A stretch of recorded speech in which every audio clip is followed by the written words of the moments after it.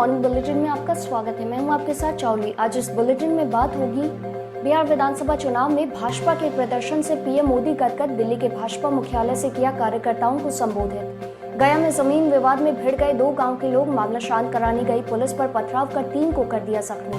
महागठबंधन की सरकार नहीं बनने का लालू प्रसाद को मलाल, बेचैन दिखे। चिराग ने कहा, मेरा लक्ष्य था भाजपा को फायदा पहुंचाया जाए। बोले, मेरा रास्ता संघर्ष का, 2025 में अपनी कमी पूरी करूंगा। आखिर में बाइडेन की वार्निंग। प्रेसिडेंट इलेक्ट बोले, दुनिया समझ ले अमेरिका खेल में वापस आ चुका है। सत्ता हस्तांतरण आसानी से होगा। तमाम बड़ी खबरों से पहले एक नजर सुर्खियों पर। कांग्रेस के प्रदेश अध्यक्ष मदन मोहन झा ने कहा, भाजपा और जदयू के नेताओं ने मिलकर मतों की गिनती में गड़बड़ियां करवाई। एनडीए की जीत के बाद बोले, सुशील मोदी नीतीश ही सीएम होंगे, कोई कंफ्यूजन नहीं। मांझी की पार्टी का दावा, लोजपा में होगी बड़ी टूट, कई सांसद नेता हम में होंगे शामिल। उमा भारती बोली, तेजस्वी बिहार का नेतृत्व कर सकते हैं लेकिन थोड़े बड़े होने के बाद।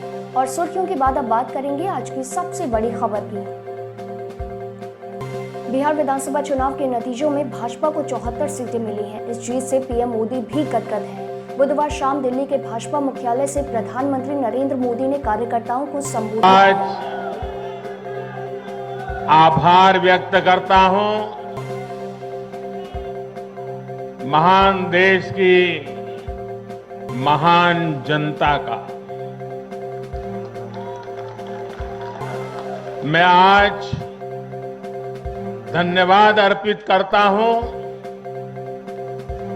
देश के कोटि कोटि नागरिकों का। गया जिले के कोच प्रखंड के 2 गांवों के बीच पहले से चला आ रहा जमीन विवाद बुधवार की शाम खूनी संघर्ष में बदल गया। मामला शांत कराने गई पुलिस वालों पर पथराव कर उन्हें जख्मी कर दिया गया। संबंधित मामले में पुलिस आरोपियों की तलाश में जुटी है। बिहार विधानसभा चुनाव के नतीजों को लेकर राजद के राष्ट्रीय अध्यक्ष लालू प्रसाद काफी चिंतित नजर आए। रिजल्ट के दौरान उन्होंने टीवी से दूरी बनाई रखी। उनके चेहरे पर चिंता की लकीरें साफ दिख रही थी। रांची के रिम्स निदेशक के आवास में लालू प्रसाद बेचैन दिखे। महागठबंधन की सरकार नहीं बनने का सीधा असर लालू प्रसाद पर दिख रहा है। लोजपा प्रमुख चिराग पासवान को बिहार विधानसभा चुनाव में करारी हार मिली है। हालांकि वे यह मानने को तैयार ही नहीं है। उनका कहना है कि बड़ा जनाधार लोजपा को मिला है। लोजपा जीत के करीब रही। 2025 में अपनी कमी को पूरी करेंगे। मेरा लक्ष्य था भाजपा को फायदा पहुंचाया जाए, वो हुआ। मुख्यमंत्री कौन बनेगा, इस पर उन्होंने कहा, यह एनडीए तय करेगा। बिहार विधानसभा चुनाव के परिणाम आने के बाद कांग्रेस के प्रदेश अध्यक्ष मदन मोहन झा ने आरोप लगाया कि मुख्यमंत्री आवास से सरकारी तंत्र का दुरुपयोग किया गया है और हमारे कई उम्मीदवारों को हरवाया गया, जनमत का अपहरण किया गया है, काफी हेराफेरी हुई है। रुझान हमारे पक्ष में आ रहा था, लेकिन दोपहर 3 बजे के बाद ये गड़बड़ियां शुरू कर दी गई। बिहार चुनाव में जीत के बाद उप मुख्यमंत्री सुशील मोदी बुधवार को पहली बार मीडिया के सामने आए। उन्होंने एनडीए की जीत के लिए बिहार की जनता को धन्यवाद किया। सुशील मोदी ने कहा कि एनडीए के सीएम फिर से नीतीश कुमार ही होंगे। उन्होंने साफ कर दिया कि नीतीश कुमार के नाम पर कोई कंफ्यूजन नहीं है।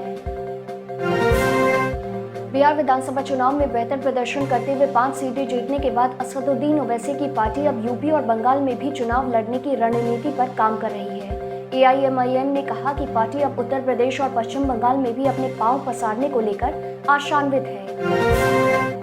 हिंदुस्तानी आवाम मोर्चा ने बड़ा दावा किया है कि लोजपा में बड़ी टूट होने वाली है। पार्टी के प्रवक्ता दानिश रिजवान ने कहा कि चिराग ने रामविलास पासवान की झोपड़ी में आग लगा दी है और लोजपा के कई सांसद हमारे संपर्क में हैं।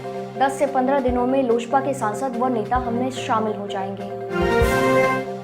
बेगूसराय सीट पर बीजेपी के कुंदन कुमार ने जीत दर्ज की है। उन्होंने यहां कांग्रेस विधायक अमिता भूषण को हराया है, लेकिन चुनाव में हार के बाद अमिता भूषण ने मिसाल पेश करते हुए जीतने वाले कुंदन कुमार को बधाई देने के लिए पहुंची, जिसकी तस्वीरें सोशल मीडिया पर चर्चा में है। जिसके बाद लोग अमिता के इस कदम की काफी तारीफ कर रहे हैं।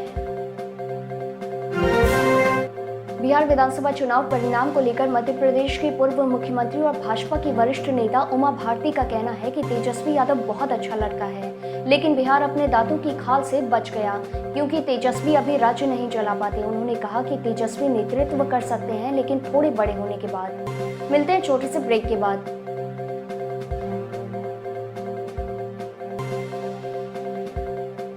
मॉर्निंग बुलेटिन में फिर से आपका स्वागत है। अब देश दुनिया पर एक नजर। मोदी कैबिनेट ने बुधवार को 10 सेक्टर्स में प्रोडक्शन लिंक्ड इंसेंटिव्स यानी पीएलआई लागू करने की मंजूरी दे दी है।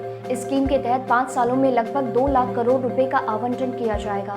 खबरों की माने तो ऑटो कंपोनेंट्स और ऑटोमोबाइल सेक्टर को 57,000 करोड़ रुपए की अधिकतम प्रोत्साहन राशि दी गई है।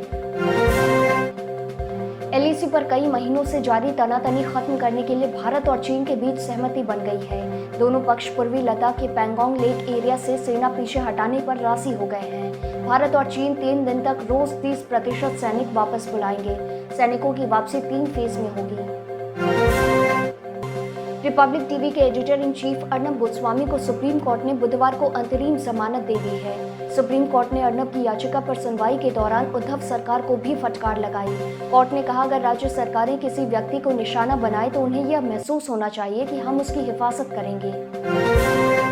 बुधवार को लगातार 8वें दिन बाजार बढ़त के साथ बंद हुआ। सेंसेक्स 316.02 अंक ऊपर 43,593.67 पर और निफ्टी 118.05 अंक ऊपर 12,749.15 के रिकॉर्ड स्तर पर बंद हुआ। अमेरिका में राष्ट्रपति चुनाव जीत चुके जो बाइडेन ने यूरोपीय देशों के नेताओं से फोन पर बातचीत की। इस दौरान बाइडेन ने कहा, अमेरिका खेल में वापस आ चुका है। बाइडेन का यह इशारा चीन समेत उन देशों के लिए चेतावनी के तौर पर देखा जा रहा है जिन्होंने ट्रंप के दौर में अमेरिका के लिए चुनौतियां पेश की हैं। बिहार टिक्स के मॉर्निंग बुलेटिन में सिर्फ इतना ही। देखते रहिए बिहार टिक्स। नमस्कार।